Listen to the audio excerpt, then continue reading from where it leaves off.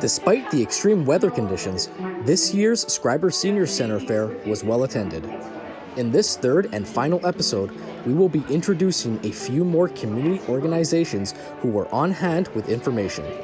Retired O.P.P Detachment Commander Dave Moscall will be the final presenter today.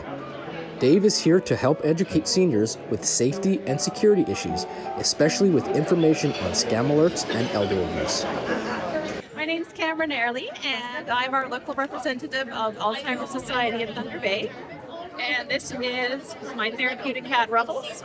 It is a brilliant cat if you are in a situation in which you cannot have a real pet for messy reasons. This is something that you can have, and it provides comfort and it interacts with you.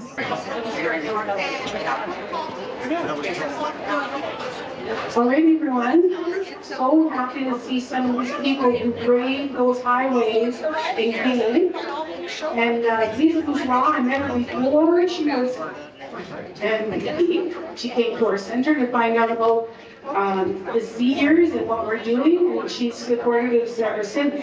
So I'm so glad that she's here and she can say a few words for us. These Bourgeois are empty. Thank you so much, Kathy. Pleasure to be here. Glad the highway wound up being open. I'll say one lane is clear, the other lane is covered in ice and stuff, but hopefully there's not another closure later. I've always loved coming to Schreiber. I love coming to this event. Please pepper me with questions, bring me your concerns, happy to do that. You might have heard that my colleagues and I were involved in a tour of Highway 17 and 11, documenting the conditions on the highways, talking to people along the way, and gathering those experiences. We've got a filmmaker in the crew. So they started in Toronto and went up to Barrie, to the last en route place, because people in Southern Ontario have no idea that we don't have rest stops along our highways. We don't even have places, we don't even have shoulders in a lot of places. So there's no margin for error in many parts up here. And we've been making a lot of noise about this at Queen's Park. And the Minister of Northern Affairs said, well, you've got to shout louder. I was loud. That's partly what we're doing, is gathering voices so that we can shout as loud as possible about the need. What we would like to see is that these highways be taken on as of national concern, as a national nation-building project. They can't be thinking of opening up more and more mines up here, or if the geological repository eventually happens. It's a whole other question. But those containers of the deep geological repository, those atomic waste, weigh 35 tons per block. So imagine all of that and all the ore and all the heavy equipment going on these roads, where they can't handle what's on them now. So that's why we're working so hard on that. There are lots of other issues, but I'm here, happy to be here, and it's an opportunity to come bend my ear. Thank you. Thank you so much, Lee. I'm Dave Moscall, retired O.P.P Detachment Commander, and I'm here to carry on with education regarding elder abuse, scams, and communicating, sharing information, and helping the vulnerable members of our society. And Dave Moscall, he came and he said, hey, Kat, I need to do a presentation. The very first, this is our third annual fair that we're having, and he was at our very first. Since then, Dave has retired, detachment commander, currently vice chair of Age-Friendly Thunder Bay Elder Abuse Prevention Committee. During his time as the detachment commander, he served as co-chair of the Thunder Bay Elder Abuse Prevention Committee. He's very passionate about that. Alongside Rebecca Johnson. Rebecca was going to come and then she had a fall and so she wasn't able to come, so maybe we'll be able, I kind of feel like she is a celebrity because we watched her as we grew up, right? And maybe we can get her next year. He continues in his role following his retirement and is a subcommittee of the Age-Friendly Initiative. The group advocates for seniors in Thunder Bay and along the North Shore.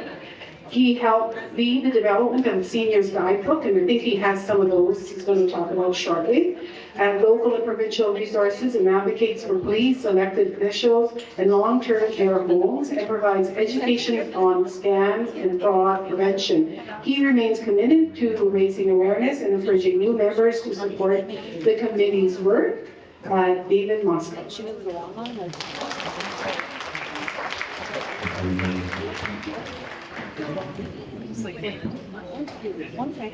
I got the passwords and everything down. Hi, everybody. Just literally got here. At least I was here, was it last year or the year before? It's 2 years? 2 years. Where the heck was I last year? Okay. So, 2 years ago I was here, it was a little different. Oh God, all this stuff. It's been a busy week. If you read the Thunder Bay source, I was the one in Bergen that some young banker in Toronto tried to put a bullet in me, and for the grace of God and the fact that he was a lousy shot, I'm here today with you. So I'm super pleased to be here. So I don't know if we were all here 2 years ago. I talked a little bit about scams, but I didn't get into the specifics. And the reason why I didn't get into the specifics was there's a new one every week. So rather than me concentrate on those, I wanted to cover off on the basic elements. Remember I talked about, or you may not remember, I talked about the old KTEL commercials, right? Operators are standing by. Act now. You're going to miss out if you don't have this. And if you give us another $5.95, we'll send you a second one with shipping and handling and all this stuff, right? And chops, and slices, and slices, mixed julienne fries.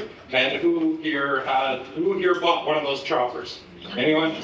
And how long did it work? About 12 minutes? Yeah, and then the spring blew out of it and it cracked and it didn't do a damn thing. Okay. But the principle was still the same. The principle always in the scam piece is act now, act quickly. If you don't do this, you're going to miss out. And give us money for that privilege, right? The scam is always the same. So there are a couple of real easy ways to defeat that. One's hang up the phone. Because if someone's called you and you don't know, and they're compelling you to do something that you wouldn't normally do, hang up the phone. It's wired. I still have a hard landline. Okay? Phone rings, what do you do? Go answer. I got an answering machine, I still answer. Do the phone rings, go answer. Right? And for some of our members of the community that are vulnerable, that may be a little bit lonely, that may not have family close by, that may only have a couple of friends, and I've gone to 9 funerals this year already. So, your friends start to drop off. So people become even more isolated, more lonely, and these scam people, that's what they're doing all day. Right? They're trying to reach those people that want to talk to them, that they can keep on the phone. And then they start working, right? Then the urgency, then you don't miss out, or the other scam that, your granddaughter's in jail in Mexico or something, and they need to send money. They called my mom about one, and she said, hang on, I'll call the police station, because my daughter's a dispatcher for the O.P.P. So she said, I'll call the police station and I'll find out if she's in jail. So again, it's that urgency, and it's that having that safe person to talk to. So if you don't have a family member, if you don't have a relative, if you may or may not have some close friends that you can bounce things off, try and find that trusted advisor. And at the end of the day, if you can't find that, call the local O.P.P office. Because I know the officers there would rather talk to you about a potential scam than take a report from you that just within the last hour, $26,000 of your money has gone out the door. And that was my last call, my last scam call before I retired. A lady lost $26,000 in one day. And I couldn't get it back. That was gone. And I gotta believe that it probably happened to her before that, but she was too embarrassed to admit to that. But I have that funny feeling this was not the first time that got to her. So have those good conversations with people around you. Understand that people may be embarrassed to talk about those types of situations, but be a resource for each other in that regard, because it's all over and it's nonstop. Okay? So when I retired, I went on a little vacation across the continent for a while, and came back and continued my work with the Elder Abuse Committee in Thunder Bay. And I really wish that Rebecca could have been here today. She really wanted to be here, but was just not up to the drive, and it would have been a harder drive today because I spent a little time waiting to get for that highway to open up. But what we've worked on is a couple of things. We've worked on this booklet, and it's called Age Well, and it's a booklet you can go online. So if you go online, I brought some here because I'm old school. I love paper mills and I love paper. So I still do a lot of paper. But you can go online on an age-friendly website, and you just go to Elder Abuse and you can download this full booklet. But I do have copies, and part of what we've been doing is we've been engaging a grant writer to help us write grants so we continue to print this document.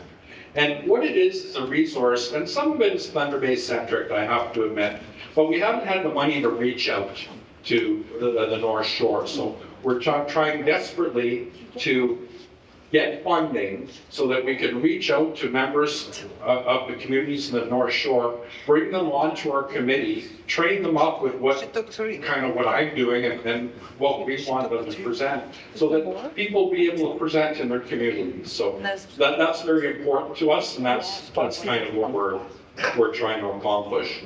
Now, there's a little bit about the scams and the booklets. Again, I really hate to get into the direct ones because they're changing all the time. And I'd rather concentrate on the factors, on the common denominators, if you will. So we have some things in the book: legal resources, elder abuse resources, a little bit about kind of a little bit of a checklist about staying active, about being connected, and about looking at estate planning. And this is an area that we really need to talk to our families about. I cannot tell you how many times that I attended sudden death scenes and families were already fighting about the estate. It's unbelievable to me. Like, we're literally putting the person on the gurney to the funeral home, and the family's already at war about estate. So if you love your children, and if they haven't kicked you off in the last little while, please, please, please have that conversation with them. Have that conversation to know that there's a will in place. This is where it is, right? This is where it is, so you can find it if something happens to me. This is what's in it. Here's your copy. Let them understand what your wishes are and have it in writing. Make sure that you look at bank accounts. Make sure that you look at property and how that's going to transfer. It really, really helps to have that part of your estate dealt with so that there are no surprises. So there's a little bit about that in the booklet. The booklet also covers off on, again, a little bit of the scams, a little bit about home takeovers. I don't know if you're aware, but we were having that happen in Kay's Flat, actually, before I retired, where people, in order to work off the drug debt, people were giving up their home to drug dealers out of Toronto so that they had a safe place to conduct business. These types of things are going on in all our communities. In Thunder Bay, again, Bay's Flat, it was happening. It was happening in Nipigon. It was happening in out in Chappaqua. We had a case. So you need to be aware of what's going on with your neighbors. You need to be aware with people who are vulnerable. There's a lot of times where a grandparent has a niece or nephew that is maybe taken a less than ideal route in life, and they've gotten into trouble, and grandma and grandpa trying to help out or trying to bail out this kid would actually probably should be behind bars. But again, these things are happening, and it's our vulnerable members of our communities that are being subjected to this behavior. Powers of attorney. I just want to touch on that. It touches on that in the booklet. And powers of attorney, both financial and health-wise, physical, am I saying that right? Those are so important as well. Financial, especially because if something happens to you and you are not able to even communicate what your wishes are, someone needs to know what's happening. Someone needs to know if there's a DNR in place. Someone needs to know how the finances are supposed to take place. Someone needs to know that they can make decisions regarding their property, regarding cash on hand, bank accounts, things like that. So again, if you love your kids and you're not mad at them, sort that out with them. If you don't have children, then you need to have that trusted person in your family or friend, because sometimes that goes beyond family. And I always say you can't pick your family, but you can certainly pick your friends. And sometimes you may not want someone in your family to handle that. That's okay too. You just need to make sure it's done. Okay? So it's a great booklet. Once we get funding, we want to continue our outreach. So I'm going to be reaching out to Kathy once we get, hopefully the government is kind to us and grants us our grant, so that we can extend out the work we're doing. And then once we have that money in place, what I'll be doing is reaching out to Kathy to try to identify members from the community that would be willing to come and sit on our subcommittee and help with the education process, help with doing outreach like this to make sure that we can share information. Because this is all about sharing information. This is all about taking care of each other. And we've kind of lost some of that, and it's always good to get that back. So I think that's almost everything that I have. I'm certainly here to entertain any questions that you have. I can't speak for the O.P.P. anymore, but I can certainly share my experience with you on different routes to go if you're having a difficult situation, and can certainly answer any questions on the financial side too. Yes, ma'am. Dave, I'm a senior. How do I know if I've been a victim of elder abuse? Can you maybe give some definitions to what elder abuse really is? Well, we have them actually listed in this booklet. But the abuse can come in different. It's almost like you stage that question for you. So it comes in a number of different ways: intimidation, financial abuse, physical abuse, mental abuse. So all those different factors. I can share a little story with you if we have time. Do we have time? Just to give you an example, all right? Very good friend of mine moved away, and I'd be looking in on mom and dad every so often, mostly mom. And this is a true story. The daughter was given control of the finances. She was a very nice person. So the gentleman, the husband and wife, they're in their 80s. The gentleman had a very good job. He had a very good pension. He was one of the smartest people I'd ever met in my life, and was an amazing investor. Had probably put together a couple $1 million in savings and investments. Bought gold, bought silver. Always investing, always investing, always saving, always saving. Now, my friend moved away, and so I'd be looking in on mom. Took mom to get groceries one day, and mom was looking at the prices and going, I don't know if I can afford groceries. Ding, what's going on with it? This gentleman had one of the best pension plans that you can get in Canada.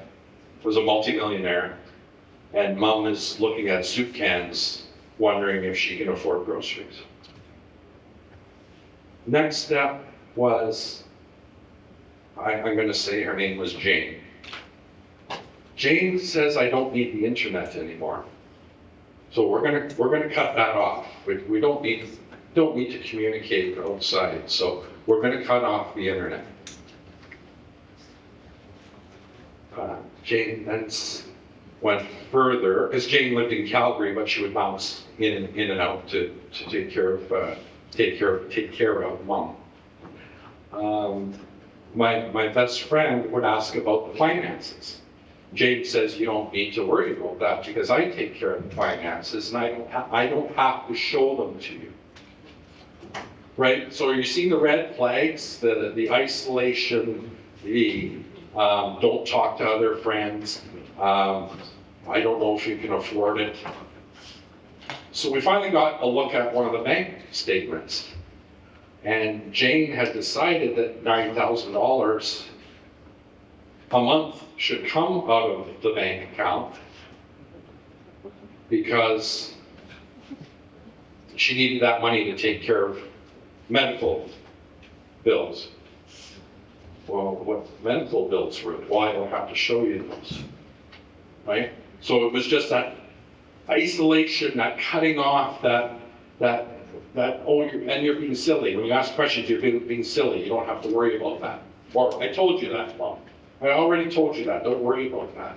So it was that isolation and that making sure you don't talk to people, and you got to really watch your money. You know, you're sitting on $2 million. She's never going to outlive her money. The husband and wife, the mom and dad. The dad had Alzheimer's, so the dad wasn't able to kind of look at things anymore. So this was the height of COVID. So the isolation was even more pronounced. At that point, when I discovered these things, I phoned my best friend. He was living in the East Coast. He had retired and moved to the East Coast to be near his daughter.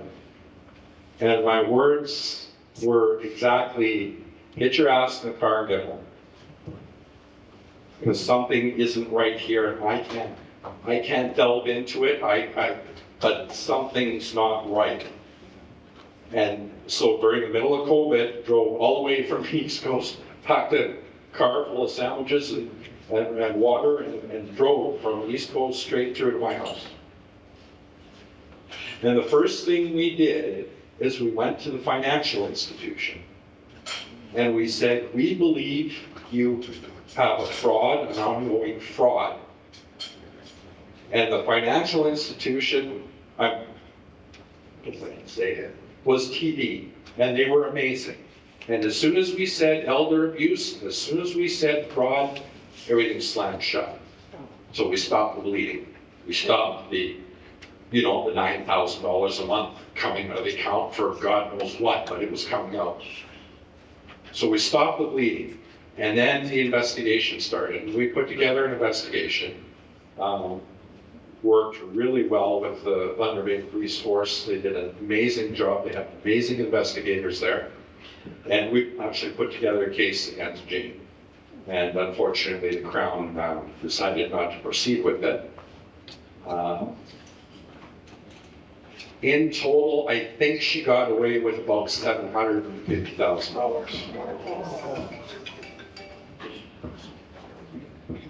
that we could prove. I don't know how much gold. She didn't get the silver, but she got the gold. So this is what we had to do. So she had her name, she had power of attorney. So she had her name on the house. She had her name on the camp. All paid for. What she was going to do is she was going to sell the house and the camp out from under her parents and put them in a city-run home. That was the ultimate goal. So we played a little dirty. Actually, we played a lot dirty. I won't find it. So, what we did was we told the Crown, so we had them charged, and we told the Crown that they had a place in Florida, and they'd love to go to Florida, and they were very big on everything they owned and the places they went. And what we did is we convinced the Crown that they were a flight risk and to pull their passports. So we eliminated their ability to travel. And eventually put enough leverage on them that they wanted to go see their beautiful home in Florida. And, she bought an $80,000 boat too. Forgot about that. Don't know how I missed that. Yeah, 85-year-old guy got an $80,000. So I guess at that point, once we got that leverage to say, okay, you're charged, we have your passport, you're not visiting your pretty home in the near future until we get this through the courts. That was enough leverage for her to take herself off as the power of attorney on the financial and on the parental, on the physical side of this. And my best friend got to take control of that and did it with transparency and did it with, to me, when you're handling other people's money, if someone wants to see the books, here it is. The minute someone doesn't want to show you the books, then in my mind, that's a huge red flag and we got a problem. So that's kind of a a tale of how that all started, right? Because with the isolation, the control, the financial, it goes in kind of a sequence, right? And it gets more restrictive and more restrictive and more restrictive. Eventually, the charges were dropped once we got her name off everything because the Crown was concerned. So here's another challenge. The father had advanced Alzheimer's. The Crown was afraid, and when he had a good day, he was spot on. He could tell you what he did in 1958. On a bad day, he couldn't tell you what color his socks were.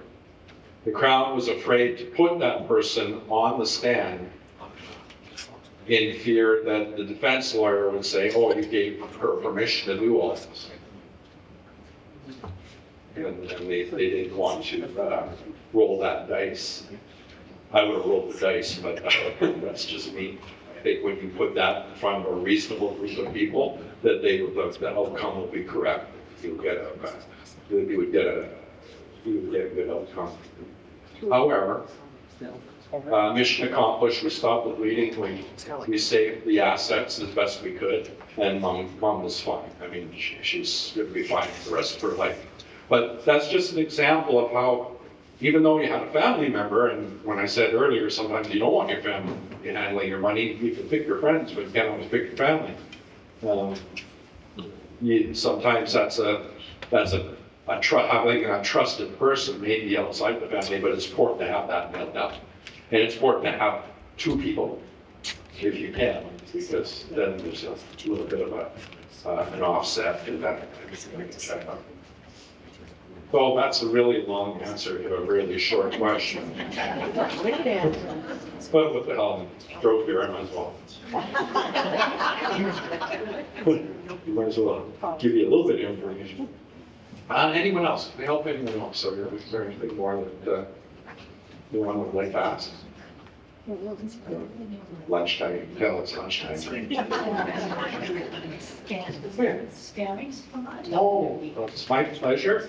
Thank you for inviting me again. I love coming up to talk about this. This is the passion with me. I just love these opportunities to work on this and to share information and to keep protecting people. It's so important.